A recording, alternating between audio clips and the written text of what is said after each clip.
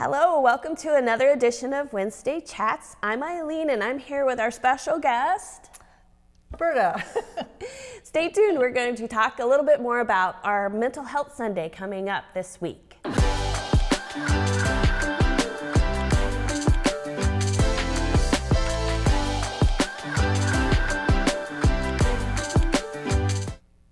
Okay, so Berta. Yeah. Mental Health Sunday. How long have we been doing a Sunday focused on mental health? This will be our 6th annual Mental Health Sunday. 6 years, has it I been? know. Where'd they go? Wow, that's a long time. It and is. tell us just a little bit, a brief history of how did Hope for Mental Health Ministry get started? Well, it was inspired by Saddleback Church. Rick and Kay Warren lost their son to suicide in 2013. And then in 2015, they had this big conference called the Gathering on Mental Health in the Church. Mm-hmm. And I discovered that they had all the videos from that conference on their website. I was studying purpose-driven life. And of course I looked on their website, mm-hmm. and there was all, and I was just very excited. I was like, I had no idea the church did anything about mental health. And they were, so transparent about their own grief process, and it's such a gift. Anyway, part of their generosity is they developed a kit, a starter kit for your own mental health ministry, and it could be, as large or small as you designed it, as much financial resources as you have or none, and not necessarily requiring a mental health professional to do it. So I got that starter kit, and Sean and I got together and discussed how could we kick things off simply, primarily for the purpose at that time of just helping people feel comfortable talking and praying about mental health issues. So mostly the last 5 years we've had, it's like a regular service, but the speaker focuses on a mental health issue. So we're coming up on our 6th annual, and it'll be just a little bit different. We'll have prayer, we'll have songs as usual, and then we will have related scripture and prayer related to mental health issues. So awesome. Less talking, more singing and praying this year. Fantastic. Now, I know that you have a history or a career in the mental health profession, and so that's what kick-started you into looking into, how can the church be a resource and be an encouragement for people to seek out mental health? And I think that it would probably be good to tell the people what was passionate, what was so interesting to you about the church and mental health pairing up? Why do you feel like it's important that the church be a resource for mental health? Yeah, that's a great question. So I worked for almost 30 years as a mental health social worker in a variety of settings. So I became pretty intimately aware of how prevalent mental health issues are, how they've been rising, and how there's just not enough support.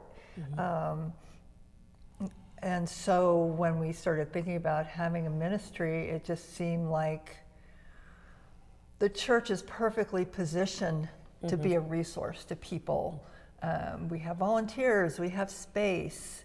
When we look at scripture, we see that it's our mandate to help everybody come to Jesus and for us to encourage each other and bear each other's burdens. And so, after seeing Saddleback's efforts, I was just really excited, like, oh, this is possible. And it's been a growing thing. And I think it's grown even more since the pandemic, because not only have the needs risen markedly, but people have been inspired to develop mental health ministries so that, there's more online resources for people. And those have just really grown. So, and what kind of resources does our ministry here at Monmouth Christian Church, Hope for Mental Health Ministry, what kind of resources do we have for them?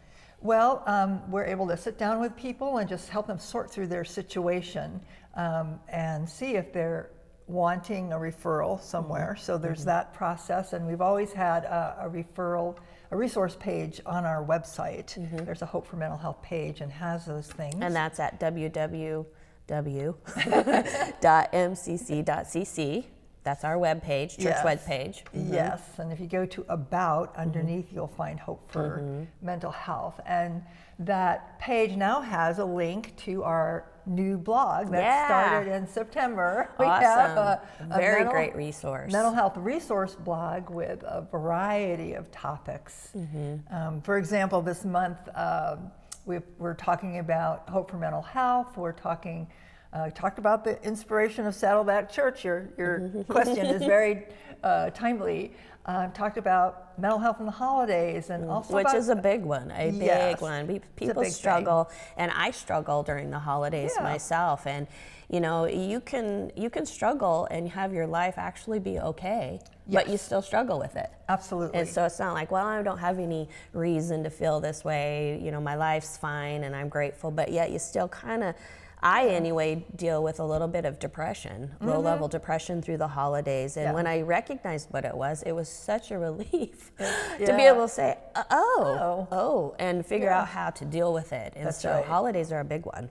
They are. And this month we also have a post about Grief Share, which is a Christian nonprofit organization that has groups all over the world. It's international, but there's quite a few local. And they're specifically for people who've gone through the loss of a loved one or friend, and because during the holidays it's even harder for people who are grieving a loss, and their lives have been turned upside down, and you know. And it seems like it brings it more in sharp relief. Yes.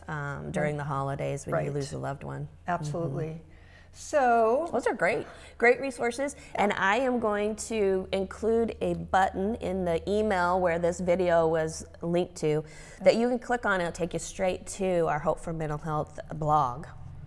Great. So you won't even have to try to search around and find it. It's right there. So check it out. It's awesome. Berta and the team have done a great job putting it together. And use it. Refer it. Do. Send it to your friends. Send it to your relatives. Let them know that it's out there. And you might not need it right now, but when you do, you have that right at your fingertips. Right, including all the crisis information that you might want to have. For sure. Yeah.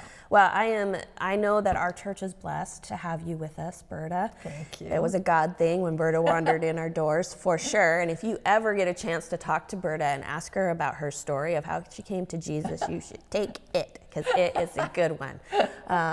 But until then, we hope that we'll see you on Sunday this next Sunday for our Hope for Mental Health. It's going to be a great day. It always is. And we invite you to bring your friends, anybody who you feel like would benefit from that. Until then, we'll see you next week. Bye-bye. Bye-bye.